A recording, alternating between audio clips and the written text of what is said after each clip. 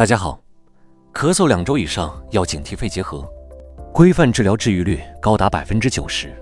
这份防治指南教你识别症状，远离传染，赶紧收藏。核心讲6点：肺结核概述与警示、症状识别、传播途径、预防措施、规范治疗关键行动呼吁，干货直接用。第一部分是肺结核概述与警示。肺结核是结核分支杆菌引起的传染病。2024年中国发病率40-90万，虽有下降，但仍需警惕。核心警示信号就是持续咳嗽、咳痰超2周，还可能伴低热、盗汗、消瘦。别担心，早期规范治疗6到8个月，治愈率能达90%，还能避免发展为耐药结核。第二部分是症状识别，3个关键症状要记牢：持续2周以上咳嗽咳痰，普通止咳药无效，可能带血丝。2、午后低热，夜间盗汗，浸湿衣物。3、全身乏力，体重快速下降，女性可能月经紊乱。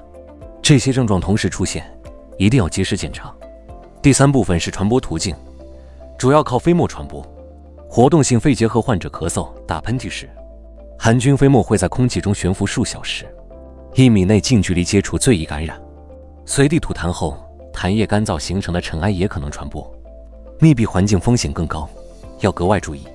第4部分是预防措施，预防做好3点：1、新生儿及时接种卡介苗，能有效预防儿童重症结核。2、戴口罩，勤通风，咳嗽时用肘部遮挡，不随地吐痰，增强免疫力。与患者密切接触者、糖尿病患者等高危人群，要定期筛查，早发现早干预。第5部分是规范治疗，治疗核心是早期、规律、全程、适量。标准疗程6到8个月，前2个月强化期用4种药，后4到6个月巩固期用2种药，绝对不能自行停药，否则容易产生耐药性，治疗费用会增加100倍，还可能引发严重并发症。第6部分是关键行动呼吁，记住，咳嗽超2周，立刻去结核病定点机构检查。早诊断不仅能提高治愈率，还能阻断传播链。别恐慌，不歧视，普及肺结核知识，做好防护就能有效防控。肺结核不可怕，早发现早治疗是关键。规范用药，做好防护就能战胜它。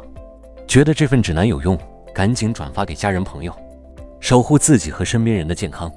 咱们下期再见。